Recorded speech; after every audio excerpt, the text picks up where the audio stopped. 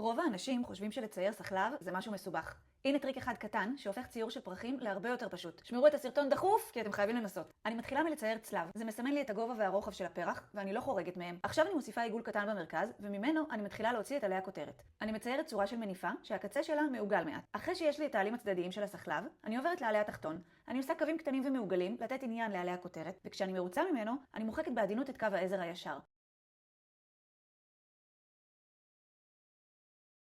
אני עוברת לעלי העליון. אל תחששו לעשות טעויות ולמחוק עד שתהיו מרוצים לגמרי. עוברת לעלים האחוריים, מוסיפה עוד קצת אופי למרכז הפרח. מדייקת לי איזה עלה נמצא לפני מי. שימו לב שאתם מפעילים ממש מעט לחץ על העיפרון, שהציור יהיה כמה שיותר חלש, בכדי שבשלב הצביעה העיפרון לא יבצבץ מלמטה. אני ממש אוהבת סחלבים מנוקדים, אז סימנתי לי נקודות עליו, ובשלב הצביעה אצבע אותן בגוון כהה יותר, כדי להקפיץ את הציור עוד יותר. אני מדייקת עוד טיפה במרכז, וזהו. הפרח מוכן לצביעה. תנסו את הטכניקה הזאת עם כל פרח. זה עובד כמעט תמיד, ואל תשכחו לשלוח לי מה שיצא לכם.